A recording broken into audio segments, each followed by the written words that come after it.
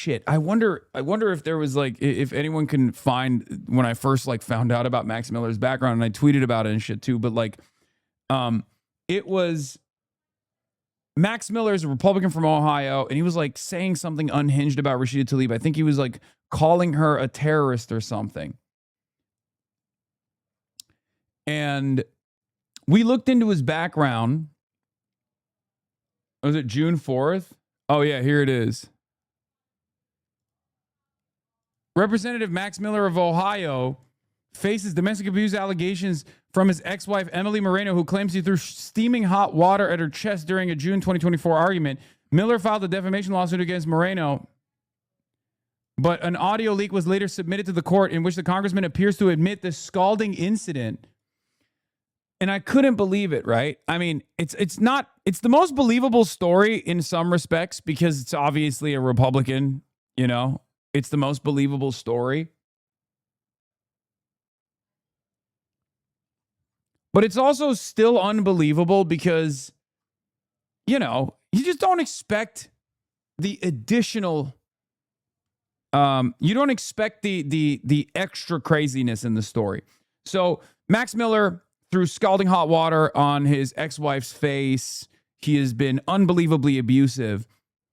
But what was even more insane about this story was the fact that the ex-wife was actually the daughter of Ohio Senate Republican Bernie Moreno. And the reason why I thought that was psychotic is because the fucking Republican wasn't saying anything. Bernie Moreno had not said a damn thing about Max Miller. Meanwhile, Max Miller had broken the collarbone of Bernie Moreno's 2-year-old granddaughter, Max Miller's daughter. He did this to his own daughter. He is a complete psychopath. And to make matters worse, for the longest time before Democrats made this a big issue, he was kind of getting away with it. So just remember that, because at the time I was like, wow, these guys, Democrats are really just not covering this. It's kind of strange. And we raised the alarms a little bit, like not just in this community, but other people were also like, what the fuck? Why are the Democrats like hyper focusing on the Abdul al-Sayed race or whatever and claiming that Abdul is misogynistic when you got Max Miller right here, who is just a straight up demon? Like he's actually a demonic person, right? So the Democrats started actually making a big fuss about it. And then people started pressuring Bernie Moreno as well to say something, right? But there was one person, one brave truth teller who actually knew what was going on all the way back in 2020. His name, you might remember, George Santos. You, sir, are a crook. I know I should direct my comments to the chair. I yield back. My colleague wants to come up here, call me a crook. Same colleague who's accused of being a woman beater. Are we really going to ignore the facts that we all have passed and we all have the media coming out against us on a daily basis?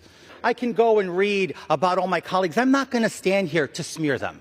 I'm not going to stand here and use the time I have to say ill things about my colleagues. I refuse to stoop to that level. You, sir. So here's the thing. Why did I bring this up? I brought this up because a lot of these guys are criminals, like straight up criminals. Okay? And they all know of the crimes of one another. And they just simply keep quiet about it. And I think that's part of the reason why Congress operates the way that it does. Someone who has done crimes is easier to blackmail. Because this was many years ago. It's been 3 years. And we only found out about it like a month ago, a couple months ago. It blows my fucking mind. I would have never found out about this if Max Miller had not come out against Rashida Tlaib, saying Rashida Tlaib is a supporter of Hezbollah.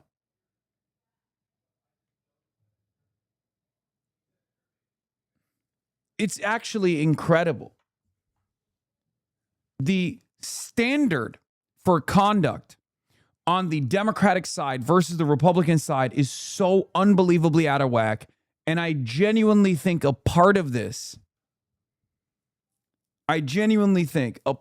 is because the media is so hyper focused on left bashing rather than looking to their right and uncovering these abuse allegations that are a dime a dozen on the Republican Party side. Now, Max Miller is not dropping out.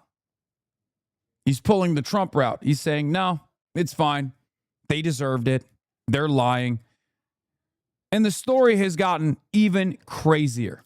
Max Miller says he is staying in his re-election race despite heavy pressure to step aside over claims of domestic abuse. The House Ethics Committee launched an investigation Tuesday. Miller says he has nothing to hide. Caitlin Huey-Burns has more on the allegations and the high stakes for Republicans. All they're trying to do is create rumor mills without evidence. Ohio Congressman Max Miller remained defiant Tuesday, despite growing unease inside his own party over domestic abuse allegations. For no second am I going to sit here and continue to be debased by false and baseless allegations and be pushed out of a seat I have worked so hard to represent. U.S. officials tell CBS News that even President Trump has privately expressed hope that his former aide drops out. Speaking to CNN, Miller confirmed Trump voiced his concern directly to him Monday night. He said, I don't know if you're going to be able to, pull this one out. And you know what, Jake? I reminded him of the same resilience that he had when people told him that he was going to struggle in 2016 and he became the 45th president of the United States. But Trump had this to say last night. I hope you support that. The congressman's ex-wife, Emily Moreno, the daughter of Ohio Republican Senator Bernie Moreno, has accused Miller in court filings of abusing her and alleged Miller caused their 2-year-old daughter to break her collarbone, all of which Miller denies.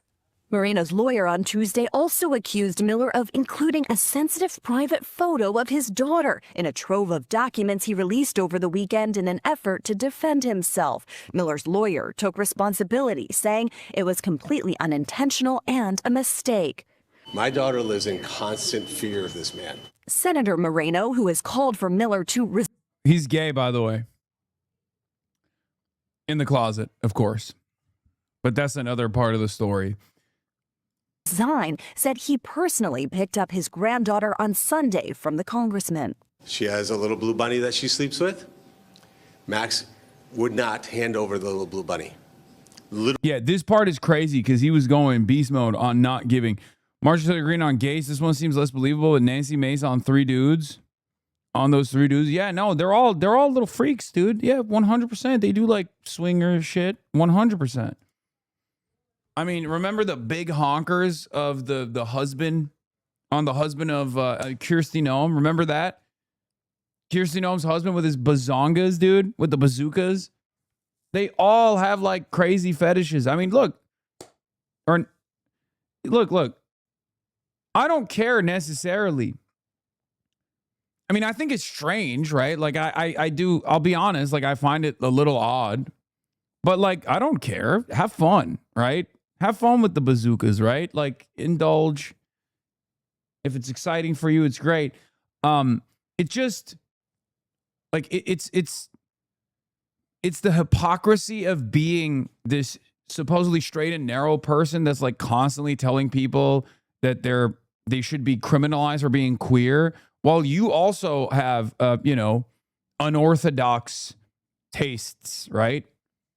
Like that's what's frustrating to me. You present yourselves as like a straight and narrow Christian nationalist, and it's like you're in your private life, it's kinks galore, you know? Yeah, like Lindsey Graham, exactly. Like there's nothing wrong with being gay. There is, however, something wrong with being homophobic. And it's also extra fucked up when you're a gay homophobe, and not like in a funny way. You know what I mean, right? Like when you're advancing policies that are harmful for queer people while literally getting your back blown out by queer sex workers. Like that's a little ridiculous. So, yeah, he's been a well-documented thug and misogynist for decades, well before his marriage. Quote, Miller, Shaker Heights High School in 2007, where friends described him as very belligerent, very angry, and super misogynistic. It was during his time in high school that at a party, he pushed a female classmate through a door and down a staircase when she rejected his attempts to touch her. Yeah, no, Max Miller has been a demonic entity that has been like abusive to not just one Republican woman. It's not just Emily Moreno, Bernie Moreno's daughter, but even, I think it was like a former spokesperson.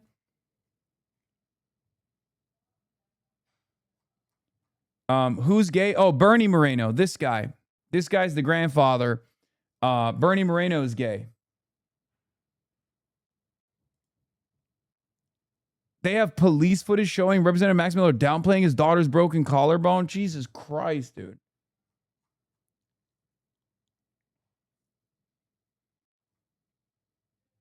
Yeah, I think it was another staffer, right, in the Trump admin. The first Trump admin. He was abusive to her too. So like Stephanie Grisham was the other Republican he abused. So like people have known about it and they've actually complained about it, but I guess it's still like these guys are so unbelievably loyal to the party that they just kind of brush it under the rug. Haas, you got to explain how we know Moreno's gay. Yeah, what was it? He was on Grindr, right? And then he blamed an intern for it.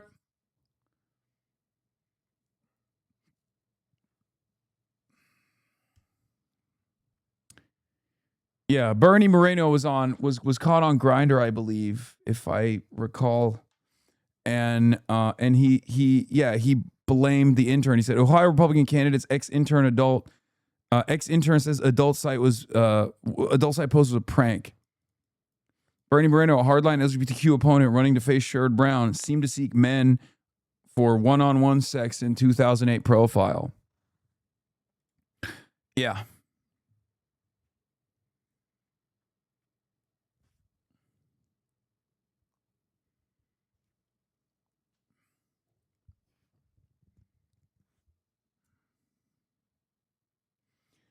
There's also texts from Max Miller suggesting he was blackmailing Moreno over a secret. Yeah, the secret itself is obviously the fact that it's a known secret that Bernie Moreno is gay. Now, under normal circumstances, it shouldn't be a problem, but he's a fucking anti-LGBTQ. Well, he didn't used to be anti-LGBTQ, sorry. Bernie Moreno used to be pro-LGBTQ, ironically enough. And then he became anti-LGBTQ when he became a Trumpian Republican to run for office. And then when he did that, of course, he can't like come out as gay at that point, right? Yeah, bro used to be for the gays. But now he's, now he's anti-gay, but he's still gay. So I guess that's just where we're at with the stories. Is so unbelievable. Really held it hostage for 48 hours. Miller pushed back. If that were true, that would be incredibly disturbing and that the senator would be right. Now, so far, House Republican leaders appear to be standing by Miller. In a new interview with Politico, House Speaker Mike Johnson said that while these allegations are serious, he wants that House ethics investigation, which just launched yesterday, to run its course. Michelle? All right, Caitlin, thank you. So, Congressman, let's start there with your former father-in-law's story today about your daughter and the little blue bunny doll that she cannot sleep without. If it's true, that sounds like emotionally abusive behavior toward a toddler to refuse to give it to her when she can't sleep without it. Jake, I would agree that if that were true, that would be incredibly disturbing and that the senator... He's like, it's my blue bunny. I bought it. I like it. My stupid-ass 2-year-old daughter doesn't deserve the bunny, Jake. ...would be right. However, he has taken 2 years to publicly acknowledge for me to resign from my seat. Why is that, Jake? If he truly believed, like I'm a father to a 2.5-year-old daughter, I believe that you're also a father to children. And I don't know if you're actually a father to a daughter. But what I can tell you is, well, Jake, then what I can tell you is that if my... You know how daughters are, Jake. Sometimes you break their fucking collarbone. Psycho! He doesn't even deny it, by the way. He's not even denying it. He's not even denying the bunny situation. Daughter came to me and she said, my ex-husband did X, Y, and Z.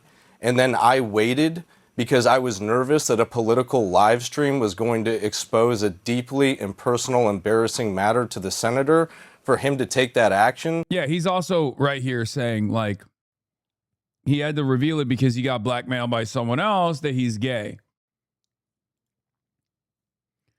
New, regarding claims that the representative Max Miller withheld his toddler's blue bunny, I have some new screenshots suggesting there was a pattern of Miller not giving the bunny back. There were pleas from multiple people on multiple dates. In this screenshot from an unknown date, the parenting coordinator of Miller and Moreno seems to say Miller adamantly refused to give the bunny back. I'm not coddling him. I advised him to let your dad get the bunny preferably from the mailbox, but he adamantly refuses. But I've suggested you keep the bunny at your house to avoid these situations because unfortunately in a high conflict divorce, these situations blow up often. In this screenshot of an email, Emily Moreno begged Miller for the blue bunny. Can Blee please have her bunny back? She's had it since birth, sleeps with it every night, carries it with her around the house, and sees it as a source of comfort. You always delivered it back to me when you drop her off. Please don't punish her if you're upset with me. I'm willing to pick it up from your house, your mailbox. You can drop it in my mailbox, please. Pam, for no apparent reason, Max is not returning Bleep's blue bunny to Emily. Dr. Korike tried to get the blue bunny back. Dr. K made it clear that despite her recommendation, the blue bunny stays with Emily. Max refused to return it. Why must this be a controversy? This is totally ridiculous. Please have Max return the blue bunny forthwith. Thank you, Andrew.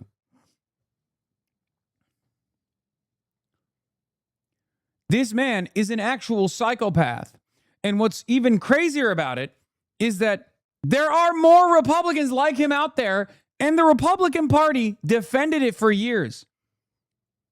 Judging by George Santos' revelation that he's a woman beater, people knew about this. People were aware of it. He was doing this to the daughter of another prominent Republican. It's an open secret.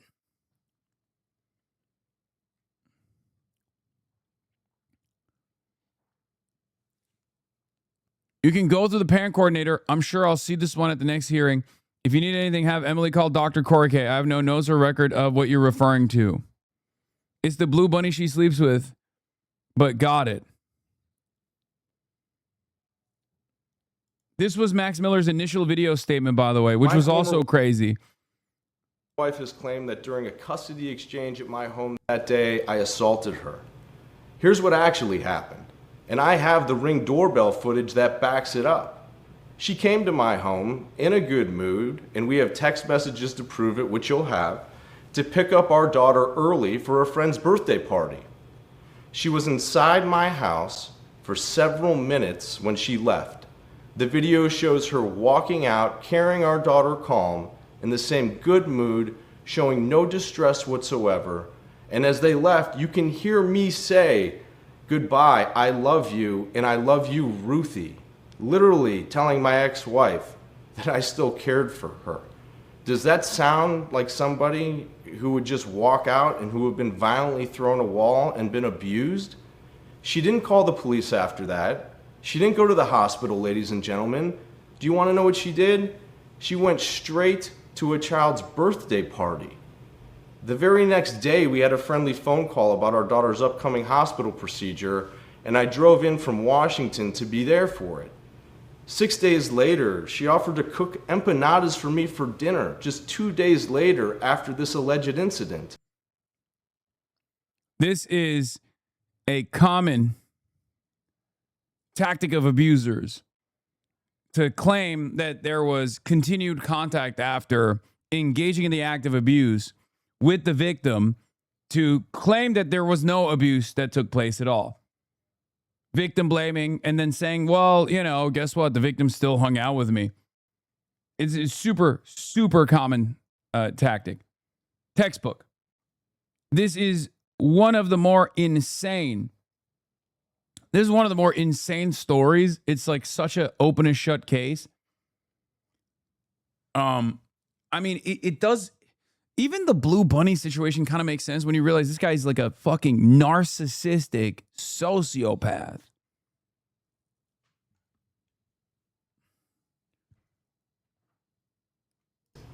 The day after that, she invited me and my girlfriend, and which you'll have in text messages, to join her and our daughter at a playground. And that day, I just went with my former wife to the playground to spend time with our daughter. A week later, on February 15th, she wrote to me in her own words, which you will see, "I think it's great you and I are in a friendlier place." She then offered me more extra overnights with our daughter, which I can prove to every single one of you as recently. Every one of these messages is time-stamped on our court-sanctioned co-parenting app and is all in the packet. Only weeks later did the story of February 1st assault appear, so ask yourself, if I had assaulted her, would she have offered to cook me dinner 6 days later?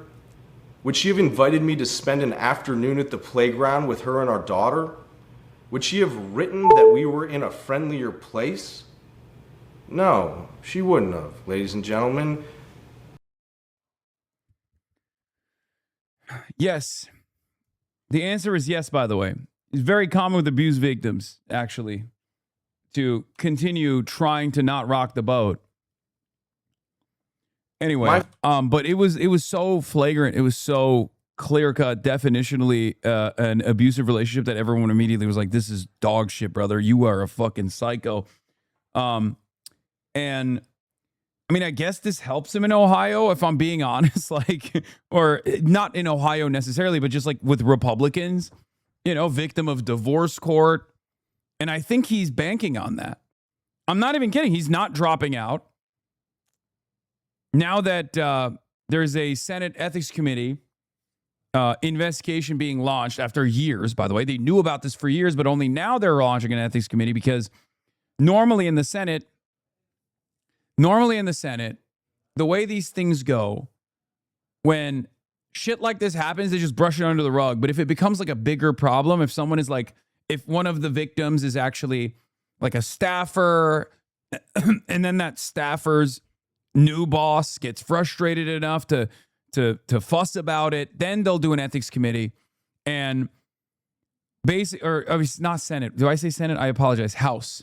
Bernie Moreno's in the Senate. This is a House Ethics Committee violation. So, and there's a House Ethics Committee investigation. So what normally happens is the jurisdiction of a House Ethics Committee or a Senate Ethics Committee investigation is just for the duration of your tenure. So usually it's not, first of all, it's not a criminal investigation at all. I know it sounds criminal because it's official, but it's not. And the whole purpose of it is to basically force the person in that seat to resign, because once they resign, the investigation ends.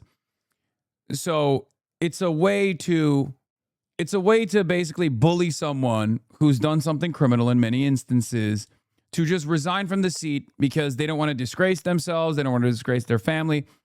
However, in this day and age, in the Trumpian age, it's almost like a fucking superpower if you choose to say, no, I'm going to continue running. And that's precisely what this guy is doing. That's precisely what this guy's doing. One of the examples that I can remember is there were two. There was one Republican and one Democrat. So the Democrats and Republicans got together and basically were like, we're going to do a dual investigation so that the balance of the House doesn't favor one side over the other. Like, it's a very shameless process. So understand that, like, Democrats kind of are involved in it as well, where the only time someone actually fucking resigns is if there's like a real heinous situation, or if there's also another, like if there's also a Democrat that you can also get on an ethics violation. So it's almost like a prisoner exchange. Yeah. Isn't that wild? So the scandals cancel each other out. And yeah, it was Swalwell for Gonzalez, I believe. That was the way that this was conducted last time. So very gross. Notice how no one has talked about how he put a gun to her head and dumped boiling water on her. That's just how fucking depraved this dude is. Yeah, there's so much depraved shit in his background that it's like hard to keep track of all of it. Now, of course, Miller's opponent is Brian Poindexter, who has been endorsed by Bernard as well. He's a father, union iron worker, Brook Park City Councilman, running for Congress because working people deserve real representation, not empty promises. So there's that, right? He was endorsed by Bernard, right? Brian Poindexter was, I'm pretty sure. So, there's a light at the end of that tunnel at least. But like I said, kind of shows you how depraved these people are. Kind of shows you how depraved these Republicans are. And it also kind of shows you how depraved Max Miller is the incumbent. He's at 33% according to this coefficient poll that just came out. Like, I think everyone involved in this story, with the exception of the victims, are demonic. Like, I think Bernie Moreno is a psychopath for putting his Republican career ahead of his own daughter's abuse and ahead of his own granddaughter's abuse in the hands of a Republican representative.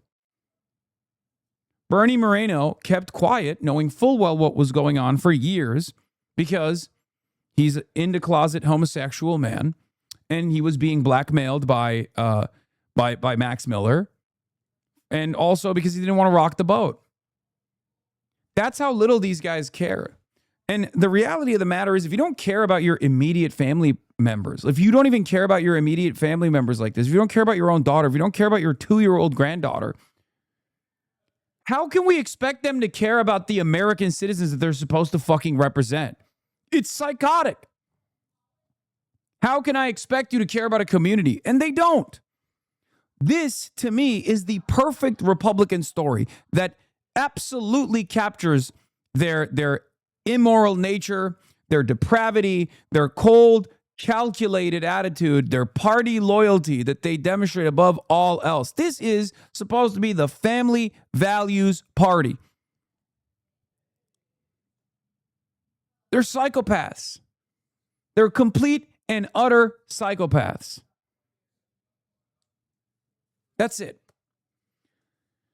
Anyway, this is one of the million different reasons as to why I have a no quarters approach to Republicans in general, and certainly their collaborators as well.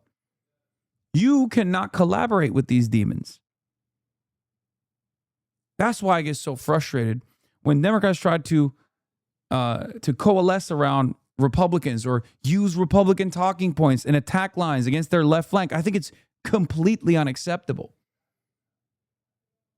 It's ridiculous. Anyway, on that note, I got to go because I have to do the podcast, the Fear and podcast. We got the full stack, full show, full deck. It's going to be very exciting.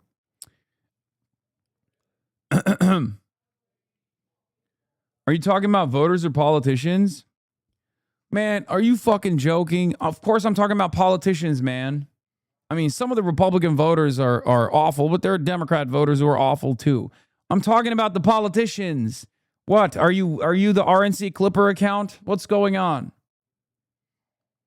You got mentioned in the Chris Hayes opener tonight? Is the HasanAbi head Chris Hayes going to betray me too? Find out later. Anyway, love you guys.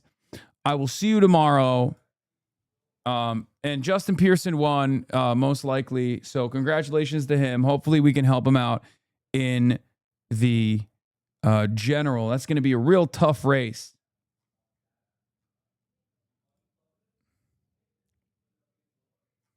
Another one on the boards. All right.